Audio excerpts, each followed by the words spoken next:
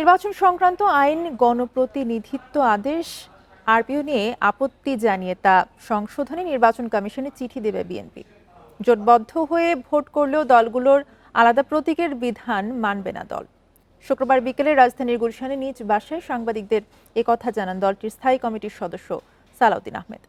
চলতি মাসে ২০০ আসনে বিএনপি প্রার্থীদের সবুজ সংকেত দেওয়া হবে বলেও জানান তিনি। রাজধানীর গুলশানের বাসায় সমসাময়িক বিষয় নিয়ে সাংবাদিকদের মুখোমুখি হন বিএনপির স্থায়ী কমিটির সদস্য সালাউদ্দিন আহমেদ। এ সময় তিনি বলেন, আরপিওর অনেকগুলো সংশোধনীতে একমত হয়েছিল বিএনপি, তবে জোটভুক্ত হলে প্রার্থীকে দলীয় প্রতীকে নির্বাচন করতে হবে এমন সংশোধনীর সঙ্গে একমত হতে পারছে না তার দল। আরপিওর এমন সংশোধনের ফলে ছোট দলগুলো জোটভুক্ত হতে উৎসাহিত হবে না বলেও জানান তিনি। যারা জোটভুক্ত হয়ে নির্বাচন করতে চাইবেন অনেক ছোট দলগুলো, এটা আমি কাউকে অসম্মান জানার জন্য ছোট দল বলছি না, এটা রাজনীতির মাঠে আকারে ছোট বড় অনেক দল থাকে যাদের জনসমর্থনের ভিত্তিতে এটা বলা হয়। তো তারা জোটভুক্ত হতে উৎসাহিত হবেন না এবং সেটা তাদের সম্মতি নেই, আমাদেরও সম্মতি নেই। বিএনপির প্রার্থী বাছাই চলছে জানিয়ে তিনি বলেন, চলতি মাসেই অধিকাংশ আসনে প্রার্থীদের সবুজ সংকেত দেয়া হবে। এই মাসের মধ্যেই দলের পক্ষ থেকে কম বেশি 200 নির্বাচনী এলাকায় একক প্রার্থীকে হয়তো আমরা গ্রিন সিগন্যাল দেব, সেই প্রক্রিয়ায় আছি আমরা শেষের দিকে, যাতে করে নির্বাচনী মাঠে একক প্রার্থী হিসাবে তারা কাজ করতে পারে। এনসিপির সাথে রাজনৈতিক যোগাযোগ রয়েছে, তবে জোট হবে কিনা সেটি এখনো নিশ্চিত নয় বলে জানান সালাউদ্দিন আহমেদ। Jahanara Parvin, Independent news, Dhaka. গারোসহ সকল ক্ষুদ্র জাতিসত্তার সমস্যা সমাধানে বিএনপি কাজ করবে বলে জানিয়েছেন বিএনপি মহাসচিব মির্জা ফখরুল ইসলাম আলমগীর। শুক্রবার বিকেলে বনানী বিদ্যানিকেতন স্কুলের ওয়ানগালা অনুষ্ঠানে যোগ দিয়ে তিনি একথা বলেন। গারো জাতিসত্তার মানুষের পাশাপাশি এতে অংশগ্রহণ করেন বিভিন্ন শ্রেণী পেশার মানুষ। ওয়ানগালা 2025 উদযাপনে বর্ণাঢ্য আয়োজন। শুক্রবার বিকেলে নাচ গান সহ নানা সাংস্কৃতিক আয়োজনে মুখর হয়ে ওঠে বনানী বিদ্যানিকেতন স্কুল প্রাঙ্গণ। ওয়ানগালা গারো জাতির প্রধান ধর্মীয় ও সামাজিক উৎসব। প্রতি বছর সেপ্টেম্বর থেকে ডিসেম্বর মাসে গারোরা নতুন ফসল ঘরে তোলার আনন্দে উদযাপন করে এ উৎসব। পরিবার পরিজন ও বন্ধুদের সাথে দুপুর থেকেই বনানী বিদ্যানিকেতন স্কুলে আসতে শুরু করে দর্শনার্থীরা। জানায়, রাজধানীতে এমন আয়োজনে সত্যিই আনন্দিত তারা। আমি এখানে এসেছি আমার ফ্রেন্ডদের সাথে, মূলত আজকে আমরা স্টেজ পারফরমেন্স করব এবং খুবই ভালো লাগছে এসে। আমার ভালোই লাগে বরাবরই, তো আজকেও সেরকম ভাবে ভালো লাগছে, এইসব উপভোগ করছি মেলাতে। উৎসব প্রাঙ্গণে ছিল গারো জাতির ঐতিহ্যবাহী বিভিন্ন ধরনের খাবার ও পোশাকের সমারোহ। আমরা আজকে এই ওয়ানগালা প্রোগ্রামে এসেছি মূলত আমাদের আদিবাসী যে গারোদের যে ট্র্যাডিশন, সেই ট্র্যাডিশনটাকে আমরা সবার কাছে আর কি রিপ্রেজেন্ট করার জন্য এখানে এসেছি। যে কোনো উৎসবে হচ্ছে আমাদের এই খাদ্য থাকে, এটা হচ্ছে ওয়াকফুরা, মানে হচ্ছে শূকরের মাংস দিয়ে, পাহাড়ি পাতা দিয়ে, চালের গুঁড়া দিয়ে, আদা, মরিচ, লবণ, এইটুকুই। উৎসবে প্রধান অতিথি হিসেবে যোগ দিয়ে বিএনপি মহাসচিব বলেন, গারোসহ সকল ক্ষুদ্র জাতিসত্তার সমস্যা সমাধানে কাজ করবে বিএনপি। বিএনপি সরকারে আসলে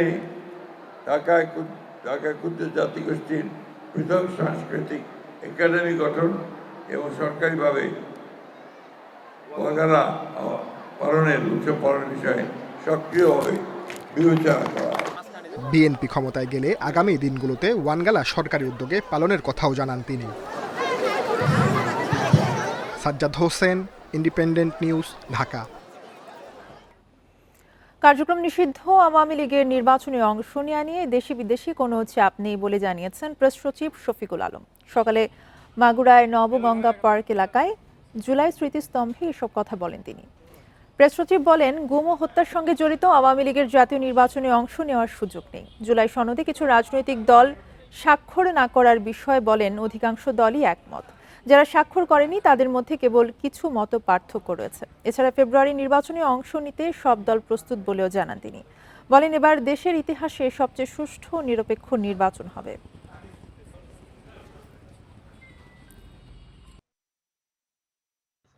কোনো ধরনের কোনো চাপ নাই, এতে দেশি বিদেশি কোনো ধরনের কোনো চাপ নাই। কেউ আমাদেরকে কেউ বলছেন না যে ওদেরকে ইলেকটোরাল প্রসেসে ফিরিয়ে আনো, বরং সবাই বলছেন, অবাক হচ্ছেন যে এত বড় খুন করেছে তারা, এত বড় হত্যাযজ্ঞ করেছে, এখনো পর্যন্ত এরা কোনো রিমোটস বা অনুতপ্ত হচ্ছে না। জঙ্গি ও সন্ত্রাসী সংগঠন আখ্যা দিয়ে ইসকন নিষিদ্ধের দাবি জানিয়েছে হেফাজতে ইসলাম ও কওমি মাদ্রাসার শিক্ষার্থীরা। শুক্রবার বাদ জুমা বায়তুল মোকাররম মসজিদের উত্তর গেটে আয়োজিত বিক্ষোভ সমাবেশ থেকে 6 দফা দাবি জানান দলের নেতারা। একই দাবিতে চট্টগ্রামেও বিক্ষোভ করেছে হেফাজতে ইসলাম। শুক্রবার বাদ জুমা বাইতুল মোকাররম জাতীয় মসজিদের উত্তর গেটে বিক্ষোভ সমাবেশ থেকে ইসকন নিষিদ্ধের যৌক্তিকতা তুলে ধরা হয়। বিক্ষোভ সমাবেশে বক্তারা জানান, ইসকনের কোনো অপরাধ বা অপরাধের সহায়তার অভিযোগ মিললে তা তদন্ত করে ব্যবস্থা নিতে হবে। গাজীপুরে ধর্ষণের ঘটনা ঘিরে তৈরি পরিস্থিতির জন্য সংশ্লিষ্ট পুলিশদের ক্ষমা চাওয়ার দাবিও জানান তারা। ইসকনের ভূমিকা তদন্ত করতে হবে, আইনি ব্যবস্থা এবং প্রয়োজনে নিষিদ্ধ ঘোষণা করতে হবে। বাংলাদেশ থেকে যেভাবে আওয়ামী লীগকে নিষিদ্ধ করা হয়েছে, আওয়ামী লীগের তখন বাংলাদেশে রেখে দেওয়া তারা ইসলামকে নিষিদ্ধ করতে হবে। এদিকে আইনজীবী আলিফ হত্যার বিচার দ্রুত কার্যকর ও ইসকনকে নিষিদ্ধের দাবিতে চট্টগ্রামের আন্দরকিল্লা শাহী জামে মসজিদ চত্বরে সমাবেশ করে হেফাজতে ইসলাম। এ সময় দলের নেতারা বলেন, দেশকে অস্থিতিশীল করার পায়তারা করছে ইসকন, তাদের বিরুদ্ধে শক্ত অবস্থানে থাকার ঘোষণা দেন দলের নেতারা। হিন্দুদের বিরুদ্ধে আমাদের কখনো লড়াই ছিল না, কিন্তু হিন্দুত্ববাদের ব্যানার নিয়ে সন্তোষ শর্মার মতো যারা ইসকন সহ বিভিন্ন সন্ত্রাসবাদী সংগঠন আমাদের অস্তিত্বের জন্য হুমকি হবে, তাদেরকে দমাবো আমরা ইনশাআল্লাহ। সমাবেশ শেষে একটি মিছিল বের হয়ে বিভিন্ন সড়ক প্রদক্ষিণ করে, পরে তা জামাল খান মোড়ে গিয়ে শেষ হয়। Tania Nasrin, independent news. আগামী রমজানে নিত্যপণ্যের বাজারে স্বস্তি দিতে চায় সরকার। ছোলা, খেজুর, ডাল, চিনি সহ ভোগ্যপণ্যের পর্যাপ্ত সরবরাহ নিশ্চিত করতে বেশি পণ্য আমদানির নির্দেশ দিয়েছে বাংলাদেশ ব্যাংক। কর্মকর্তারা জানিয়েছেন, ব্যাংকগুলোর কাছে পর্যাপ্ত ডলার মজুদ থাকায় আমদানিকারকদের এলসি খোলার ক্ষেত্রে কোনো বিধি নিষেধ নেই। বাজার স্থিতিশীল রাখতে কঠোর নজরদারির পরামর্শ বিশ্লেষকদের। রমজান মাস এলেই নিত্যপণ্যের বাজারে দেখা যায় অস্থিরতা, বাড়ে দাম, কমে সরবরাহ। তবে এবার রমজানে ছোলা, খেজুর, ডাল, চিনিসহ নিত্যপণ্যের বাজারকে স্বস্তি দিতে আগে থেকে উদ্যোগ নিয়েছে বাংলাদেশ ব্যাংক। রমজান মাসকে সামনে রেখে ভোগ্যপণ্যের পর্যাপ্ত সরবরাহ নিশ্চিত করতে আমদানিকারকদের নির্দেশ দিয়েছে কেন্দ্রীয় ব্যাংক। পণ্য আমদানি করার ক্ষেত্রে যাতে কোনো ধরনের এলসি জটিলতা তৈরি না হয়, সেজন্য ব্যাংকগুলোতে পর্যাপ্ত ডলার রয়েছে বলেও জানায় বাংলাদেশ ব্যাংক। এই মূল্যস্ফীতির চাপে যাতে জনগণকে পড়তে না হয়, অতএব ওই বাজারকে আগামী 3-4 মাসকে সামনে রেখে, রমজানকে সামনে রেখে এখন থেকে আপনারা এই সকল পণ্য অধিক মাত্রায় আমদানি করে, অন্তত অধিক মাত্রায় বলতে চাহিদা মোতাবেক। বিগত সরকারের সময় ডলার সংকটের কারণে পণ্য আমদানিতে কেন্দ্রীয় ব্যাংকের সহায়তা দিতে হতো। এবার পরিস্থিতি পরিবর্তন হয়েছে, পণ্য আমদানির জন্য ব্যাংকগুলোতে পর্যাপ্ত ডলার রয়েছে। তবে বিশ্লেষকরা বলছেন, শুধু আমদানি পরিস্থিতি স্বাভাবিক করলেই হবে না, বাজার সিন্ডিকেট করে যাতে কেউ দাম বাড়াতে না পারে সেদিকে নজর দিতে হবে। কেন্দ্র ব্যাংক ফ্যাসিলিটিস দিলেও, ভোক্তাদের বৃহৎ স্বার্থে কাজ করলেও, মূল্যস্ফীতি কমানোর স্বার্থে কাজ করলেও অন্যান্য যে সেক্টরগুলো রয়েছে সেই সেক্টরগুলোকে সমন্বয়ের মাধ্যম দিয়ে তদারকি করতে হবে, বাজার মনিটরিং করতে হবে এবং সিন্ডিকেটের কবল থেকে ভোক্তাদেরকে বের করে নিয়ে আসতে হবে। ভোগ্যপণ্যের বাজার নিয়ন্ত্রণে কারসাজির সাথে জড়িতদের বিরুদ্ধে কঠোর ব্যবস্থা নেওয়ার পরামর্শ বিশ্লেষকদের। Shafil Alam Sujan, independent news, Dhaka. আগামী বুধবার থেকে সারা দেশে বৃষ্টির পূর্বাভাস দিয়েছে আবহাওয়া অফিস। সকালে বঙ্গোপসাগরের দক্ষিণ পূর্ব অংশে সৃষ্টি হয়েছে লঘুচাপ। আবহাওয়া অফিস বলছে, লঘুচাপটি আজই নিম্নচাপের রূপ নিতে পারে। তবে এটি শক্তিশালী হওয়ার পর গতি পরিবর্তন না করলে ভারতের অন্ধ্রপ্রদেশের মধ্য দিয়ে স্থলভাগে প্রবেশ করবে। বাংলাদেশে আঘাত হানার আশঙ্কা কম, তবে এর প্রভাবে বুধবার থেকে টানা 3 দিন হালকা থেকে মাঝারি ধরনের বৃষ্টি হতে পারে সারা দেশে। বেশি হবে রাজশাহী, রংপুর ও খুলনা অঞ্চলে। লঘুচাপের কারণে বঙ্গোপসাগরে থাকা মাছ ধরা ট্রলার ও জাহাজকে গভীর সমুদ্র এড়িয়ে যেতে বলেছে আবহাওয়া অফিস।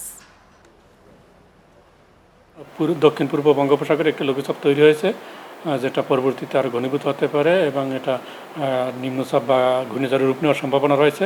এবং এখনকার পর্যন্ত যে প্রেডিকশন তাতে এর গতিপথ ভারতের অন্ধ্রপ্রদেশের দিকে এবং ভারতের অন্ধ্রপ্রদেশের দিকে এটা 28 অক্টোবর বা 29 অক্টোবরের দিকে প্রবেশ করতে পারে। তাতে এর প্রভাবে বাংলাদেশে বৃষ্টিপাত শুরু হতে পারে 29 অক্টোবর থেকে। পরবর্তী 2-3 দিন বৃষ্টিপাতের সম্ভাবনা রয়েছে। শেরপুরের নালিতা বাড়িতে নলকূপ খনন করতে গিয়ে প্রাকৃতিক গ্যাসের সন্ধান মিলেছে, আর সেই গ্যাসেই চলছে স্থানীয় 10টি বাড়ির রান্নাবান্না। হঠাৎ করে পানির বদলে গ্যাস বের হওয়ায় একদিকে যেমন চলছে উচ্ছ্বাস, অন্যদিকে দুর্ঘটনার শঙ্কায় স্থানীয়রা। ঊর্ধ্বতন কর্তৃপক্ষের সঙ্গে কথা বলে প্রয়োজনীয় ব্যবস্থার কথা জানিয়েছে স্থানীয় প্রশাসন। শেরপুরের নালিতাবাড়ির গাছগড়া মধ্যপাড়া গ্রাম। এই গ্রামের নূর মোহাম্মদের বাড়ির নলকূপে মিলেছে গ্যাসের সন্ধান, যা দেখতে ভিড় করছেন মানুষ। নূর মোহাম্মদ জানান 14 অক্টোবর সাবমার্সিবল পাম্প বসানোর জন্য 1.5 ইঞ্চি পাইপ দিয়ে বোরিং করতে যায় শ্রমিকরা। এ সময় 55 ফুট গভীরে পাইপ বসানোর পরই উপরে উঠে আসে। এরপর বের হতে থাকে গ্যাস। বাড়ির অন্য আরো 2 জায়গায় 45 ও 40 ফুট খনন করলেও সেখান থেকেও গ্যাসের দেখা মেলে। খোঁচা দিয়ে যে আগুন আসলে জ্বলতেছে, যাও যাও করে জ্বলার পরে মনে করেন 2 ফ্যামিলির মনে করেন রান্না বাড়া হইতেছে, 24 ঘন্টা রান্না বাড়া হইতেছে, পাকশাক করে খাইতেছে, এলাকার লোকজন আয় দেখতেছে। মিস্ত্রিরা কই এই জায়গায় বোর্ডিং হইতো না, এই গ্যাসের সন্ধান পাওয়া যাচ্ছে। 15 অক্টোবর থেকে সেই গ্যাসে প্রতিদিনই রান্না করছেন নূর মোহাম্মদের পরিবার সহ আশপাশের মানুষ। বিনামূল্যে গ্যাসে রান্না করতে পেরে খুশি তারা। 8-10 দিন ধরে গ্যাস বাড়ছে, বেহে খালি গ্যাস বাড়ছে, পোলাপানে আগুন জ্বালায়, হ্যাঁ আগুন জ্বলে মেস কুচা দেয়। ও নাই যে রান্না বান্না আমরা করতেছি 6-7 জনে মিললা। ঊর্ধ্বতন কর্তৃপক্ষের সঙ্গে কথা বলার পর প্রয়োজনীয় ব্যবস্থার আশ্বাস দিয়েছে প্রশাসন। তো এই বিষয়ে আমরা স্থানীয় যে কর্তৃপক্ষ আছে, আমাদের গ্যাস তদন্তকারী যে কর্তৃপক্ষ, তিতাস গ্যাসের মাধ্যমে আমরা খোঁজখবর নেওয়ার জন্য আমরা তাদেরকে জানিয়েছি। আর দ্বিতীয় যে বিষয়টি, যদি এখানে গ্যাসের প্রাপ্যতা সঠিক পাওয়া যায়, সেক্ষেত্রে আমরা পরবর্তী প্রয়োজনীয় ব্যবস্থা গ্রহণ করব। গাছগড়া গ্রামে অনিরাপদভাবে গ্যাস বের হওয়া নিয়ে শঙ্কায় স্থানীয়রা। যে কোনো মুহূর্তে ঘটতে পারে দুর্ঘটনা, তাই দ্রুত প্রয়োজনীয় ব্যবস্থা নেওয়ার দাবি তাদের। Independent news. দেশের ঐতিহ্য ও পর্যটন সম্ভাবনা জাগিয়ে তুলতে আবারও যাত্রা শুরু করেছে প্রায় 100-বর্ষী প্যাডেল স্টিমার পিএস মাহসুদ। একসময়ের জনপ্রিয় স্টিমার এখন পরীক্ষামূলকভাবে চালু করা হয়েছে ঢাকা মুন্সিগঞ্জ নৌপথে। পরবর্তীতে ঢাকা, চাঁদপুর ও বরিশাল রুটে চলবে। পুরনো দিনের গৌরব ফিরিয়ে আনার পাশাপাশি নতুন প্রজন্মের কাছে ঐতিহ্য তুলে ধরতেই নেওয়া হয়েছে এই উদ্যোগ। নদীমাতৃক বাংলাদেশের ঐতিহ্যের প্রতীক শতবর্ষী প্যাডেল স্টিমার পিএস মাহসুদ। একসময় অবিভক্ত বাংলার নৌপথে কলকাতা থেকে নারায়ণগঞ্জ পর্যন্ত চলত এই স্টিমার। দীর্ঘদিন বন্ধ থাকার পর এবার পরীক্ষামূলকভাবে যাত্রা শুরু করল ঢাকার সদরঘাট থেকে মুন্সিগঞ্জ রুটে। কলকাতার রিচ গার্ডেন ওয়ার্কশপে 1928 সালে তৈরি হয় এই পিএস মাহসুদ। পরে 1983 সালে বেলজিয়ামের সহায়তায় এটি স্টিম ইঞ্জিন থেকে ডিজেল ইঞ্জিনে রূপান্তর করা হয়। তবে এই অঞ্চলে দ্রুতগামী বিলাসবহুল লঞ্চ এবং বাসে যাতায়াত বাড়তে থাকলে বন্ধ হয়ে যায় এই স্টিমার। নৌপরিবহন উপদেষ্টা জানালেন, দেশের ইতিহাস ঐতিহ্য নতুন প্রজন্মের কাছে তুলে ধরতেই স্টিমারটি সংস্কার করা হয়েছে। এটা হচ্ছে আমার দেশের একটা ঐতিহ্য ছিল, এই নদীপথে মানুষ এই স্টিমারের জন্য ভ্রমণ করত। তো এটাকে একটা হেরিটেজ হিসাবে, ঐতিহ্য হিসাবে আনা হয়েছে। এটা আপনারা যদি মনে করেন যে কমার্শিয়ালি ভায়াবল কিনা, বোধহয় না। আপাতত সপ্তাহে 1 দিন চলবে, ঢাকা, চাঁদপুর, বরিশাল। বিআইডব্লিউটিসির চেয়ারম্যান জানালেন, পরীক্ষামূলক যাতায়াত শেষে শিগগিরই প্রকাশ করা হবে স্টিমারটির বুকিংয়ের নিয়মকানুন ও ভাড়ার তালিকা। আমাদের জনগণকে সর্বোত্তমভাবে সেবা দেওয়া যায় তারই একটি পরিকল্পনা আমরা করছি। আমরা একটা কমিটি গঠন করে দিয়েছি, এই কমিটি এটা নিয়ে কাজ করছে। আমরা খুব শীঘ্রই আপনাদেরকে এই বিষয়ে পত্রপত্রিকায়, টেলিভিশনে আমরা জানাবো। ইউটিউব, ওয়েবসাইট এবং অন্য যে মাধ্যমগুলো আছে, জনপ্রিয় মাধ্যমগুলো আছে, সেই মাধ্যমগুলোতেও আমরা এটা ছাড়বো। রাষ্ট্রীয় মালিকানাধীন বাকি 3টি স্টিমারও সংস্কার করা হবে বলে জানিয়েছে বিআইডব্লিউটিসি। আবারও নতুন রূপে যাত্রা শুরু করলো শতবর্ষের ঐতিহ্যবাহী প্যাডেল স্টিমার এমভি মাহসুদ। যদি এই উদ্যোগ সফল হয় তবে দেশের অর্থনীতিতে খুলবে নৌ পর্যটনের নতুন দুয়ার, এমন প্রত্যাশা সংশ্লিষ্টদের। Tanvir Ahmed, Independent news, Dhaka. এ ছিল এখনকার সংবাদে। ইন্ডিপেন্ডেন্ট টেলিভিশনের আরও খবর জানতে চোখ রাখুন ফেসবুক, ইউটিউব এবং এক্সে। ধন্যবাদ।